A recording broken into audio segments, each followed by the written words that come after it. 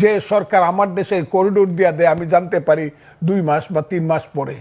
1 বছর যাবত আমার দেশের একটা দ্বীপ, আমি মনে করি এটা সবচেয়ে সুন্দর দ্বীপ, সেন্ট মার্টিন দিয়ে রাখছে একটা রাজাকারের বাচ্চা, ওই যাকে সবাই ফুলপরি কয়, এই যে মেয়েটা, আমি বলি ভদ্র মহিলা, মানুষ বলে মেয়েটা, সে বড় বড় কথা বলে। 1 বছর যাবত একটা স্টিমার যাইতে পারে না ওতে, মানে এই সরকার আসার পর থেকে যাইতে পারেন না সেন্ট মার্টিনে। আপনি সমুদ্র বন্দর দিয়ে দিচ্ছেন কোন কথা বলে? আপনি বলছেন যে ভালো চালাইতে পারবে তাকেই আমি দিয়ে দিব, যে সুন্দরভাবে চালাইতে পারবে। আমার দেশ সুন্দর কি অসুন্দর ইউনূস সাহেব আপনি কি জানেন? আপনি যুদ্ধ করছেন, দেশটাকে আপনি সৃষ্টি করছেন, আমি সৃষ্টি করছি, যারা সৃষ্টি করছে তাদের সঙ্গে আমি ছিলাম। ওই যে ইকবাল হল থেকে সবচেয়ে বেশি ছাত্র নেতৃত্ব হয়েছে মুক্তিযুদ্ধ, আমি ছিলাম। আমি দেখছি সিরাজুল আলম খানদেরকে দেখছি, তাদের নেতা বঙ্গবন্ধু শেখ মুজিবুর রহমান কিভাবে 32 নম্বরের দোতলা থেকে আঙ্গুল তুলে কথা বলতো মার্চ মাসে, সেটা আমি দেখছি। কিভাবে পতাকা হয়েছে, স্বাধীনতার গান হয়েছে, এটা কি বলে আমাদের যে জাতীয় সঙ্গীত হয়েছে, সব দেখছি। জাহিদুর রহিম কিভাবে 2টা গান পাশাপাশি গাইছে, সিরাজুল আলম খান এই 4 নেতার সামনে বৈশা জাহিদ ভাই গানটা গানতো, আমার সোনার বাংলা আমি তোমায় ভালোবাসি। জাহিদ ভাই ওই গানটা গানতো, ধনধান্যে পুষ্পে ভরা আমাদেরই বসুন্ধরা। ইকবাল হলের অতে বৈশা, গেস্ট রুমে বৈশা সবাই বলল যে এই গানটা আমাদের পছন্দ হয়েছে, কারণ 2টা গানই পছন্দের, কিন্তু যেহেতু ওইটা হইলো বিশ্বকবির গান, নোবেলে আমরা পছন্দ করলাম, এই গানটা বঙ্গবন্ধু জিনিসটা চয়েস করলেন। কথাগুলো খুব বুঝবেন। সেই দেশ যুদ্ধ করে স্বাধীন করছি আমার মা, মুক্তিযুদ্ধ আমার মা, মায়ের পেট থেকে আমার দেশ বেরিয়েছে। সেই মাকে আপনি বলেন আমি শাড়ি দিতে পারি না, হইতে পারে পুরান শাড়ি পরে আমার মাকে আমি ভালোভাবে 3 বেলা খাবার দিতে পারি না, ঔষধ দিতে পারি না আমার মা। আপনি বুঝি আইসা বলবেন এই তোর মারে জমিদারের কাছে বিয়ে দিয়ে দিই, তাইলে সুন্দর বেনারসি শাড়ি পরতে পারবে, সেই মাকে আমি দিয়ে দিব? আমার চট্টগ্রাম বন্দর দিয়ে দিলে বাংলাদেশ থাকে? আমার কান্না আসে, উনার আসবে না ওইভাবে, কারণ আমি যুদ্ধ করে দেশ স্বাধীন করছি। চট্টগ্রাম বন্দর দিয়ে দিলে বাংলাদেশ থাকে কি? আপনি করিডোর দিয়ে দিতে চান, আমরা বুঝি না? আমরা বুঝি না বার্মার থেকে কালকে কি করে আমার দেশের রাষ্ট্রদূতকে বের করে দেওয়া হয়েছে কেন? ও এরা আমাদের বন্ধু রয়েছে এখনো। আমি ইউনূস সাহেব বা ইউনূস সাহেবের এইসব ধরনের ওই যে পান্ডা পুন্ডা ছেলে পেলে, আমি ফজলুর রহমান, আমি বুঝি না চীনের সঙ্গে আমার সম্পর্ক কোথায় যাবে, বার্মার সম্পর্ক আমার কোথায় যাবে। ওই জায়গাটা যে একটা গাজা উপত্যকা হবে, লেবানন হবে চিরদিনের জন্য, রাতে ঘুমাইলে পরে বোমার আওয়াজ হবে, আমি এটা বুঝি না, নাপাম বোমার আওয়াজ হবে, মেশিন গানের আওয়াজ হবে। ওই যে গাজা উপত্যকা আজকে দেখলাম 36,000 মানুষ একসাথে মারা গেছে। আমার দেশটাকে ইউনূস সাহেব নিতে চান কোথায়? দিব না আমার দেশ, আমি না খাইয়ে থাকবো। আমার দেশ যেভাবে পারি আমি বাঙালি জাতি বাংলাদেশের মন চালাবো। আপনি দিয়ে দেওয়ার কে? আপনি দিয়ে দেওয়ার কে? আপনাকে রাইট দিছে বাংলাদেশটাকে আপনি দিয়ে দিবেন বন্ধক? কেন দিবেন আপনি? কোন রাজনৈতিক দলের জিজ্ঞাসা করার প্রয়োজন মনে করলেন না, এমনকি জানানোরও মনে করলেন না। এখন আবার অস্বীকার করেন। কে খলিলুর রহমান বাংলাদেশের? আমি তো বললাম, আমি ওই দিনও বলছি, আজকেও বলি, ফজলুর রহমান যাকে চিনে না সে বাংলাদেশের নিরাপত্তা বাহিনীর লিডার হয় কেমনে? প্রতিরক্ষা বাহিনীর সে মন্ত্রী হয় কেমনে? দায়িত্ববান লোক হয় খলিলুর রহমান। ইতিহাস তো আমি দেখি 2001 সালে তারা কি ছিল, একটা প্রাইভেট সেক্রেটারি ছিল। ওই প্রাইভেট সেক্রেটারি বাম হাতের নিচে থাকে রাজনীতিবিদের। গেঞ্জি যত দামি হোক কেউ শার্টের উপরে পরে না, আমলা যত বড়ই হোক রাজনীতিবিদের চেয়ে সে বড় না। আপনি ওই 11টা মানুষকে আনছেন আপনি মার্কিন নাগরিক হিসাবে, বিদেশি নাগরিক। আমি এদেরকে বলি 1757 সালের রবার্ট ক্লাইভ। সেই রবার্ট ক্লাইভ সাদা ছিল, এরা হইল কালো রবার্ট ক্লাইভ। এদেরকে দিয়ে আপনি আমার দেশের সংবিধান বদল করবেন? যে সংবিধান 30 লক্ষ লোকের রক্তের আকরে লেখা সংবিধান, ও সংবিধান তাজউদ্দিন বুঝে না, না সৈয়দ নজরুল সংবিধান বুঝে না, আসাদুজ্জামান খানরা, মনোরঞ্জন দত্ত, ডক্টর কামাল হোসেনরা সংবিধান বুঝে না। ওই আলী রিয়াজ বুঝে সংবিধান। আলী রিয়াজ ডক্টর কামাল হোসেনের মোহরের কাজ করে দেখতো বুঝে কিনা। ডিক্টেশন নিতে পারে কিনা? ওই যে রাতের পর রাত না ঘুমাইয়া 381 ঘন্টা বিতর্ক করে 9 মাসের সংবিধান করলো, সেইটা বাংলাদেশের সংবিধান চুরে ফেলায় দিয়ে নতুন করে লিখে দিব। কেসকি বান্দির পুতের নাম সুলতান খা, বাংলাদেশের সংবিধান লিখে দিব। আমার তো সহ্য হয় না। এরা কারা?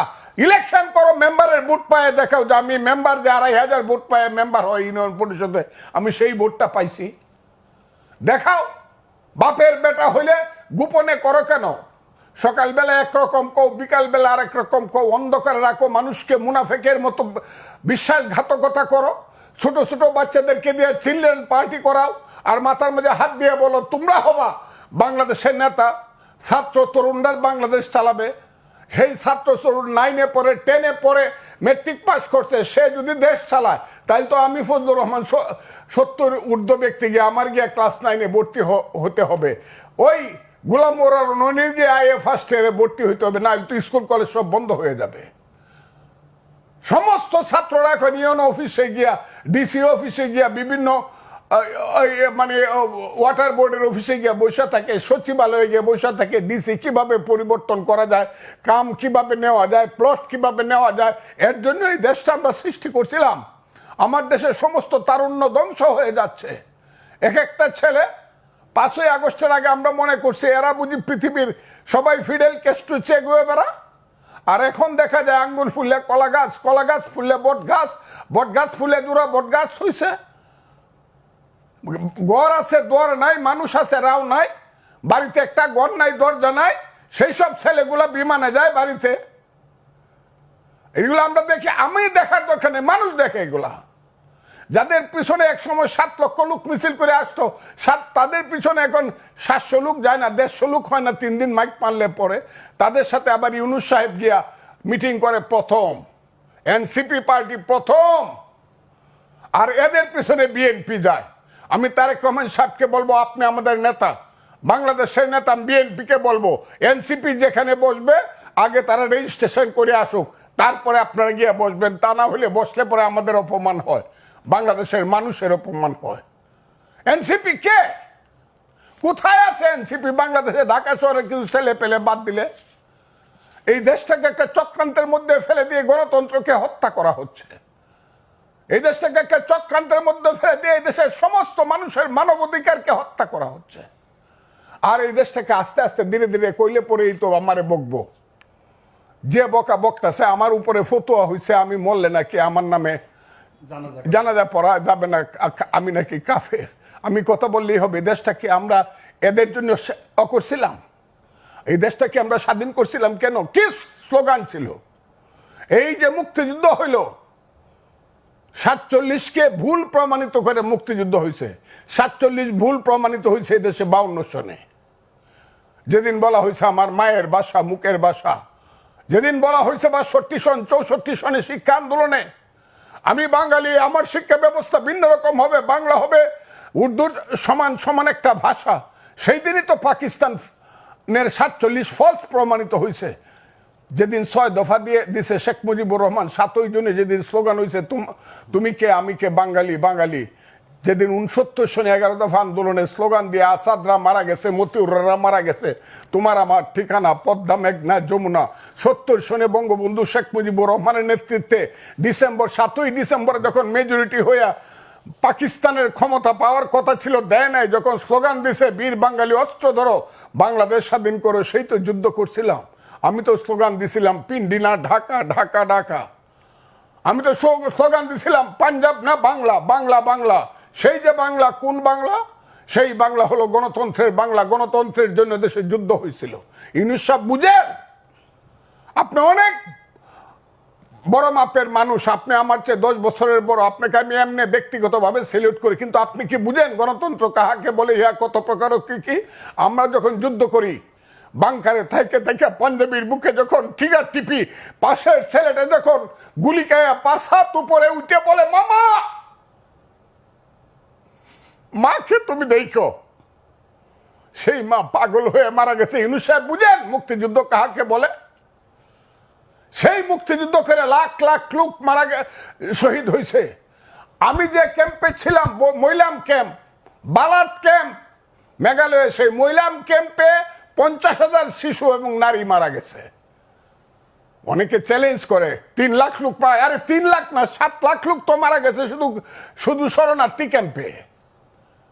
একটা যুদ্ধে খুলনাতে 18,000 লোক একদিনে মারা গেছে, এটা 8ই ডিসেম্বর।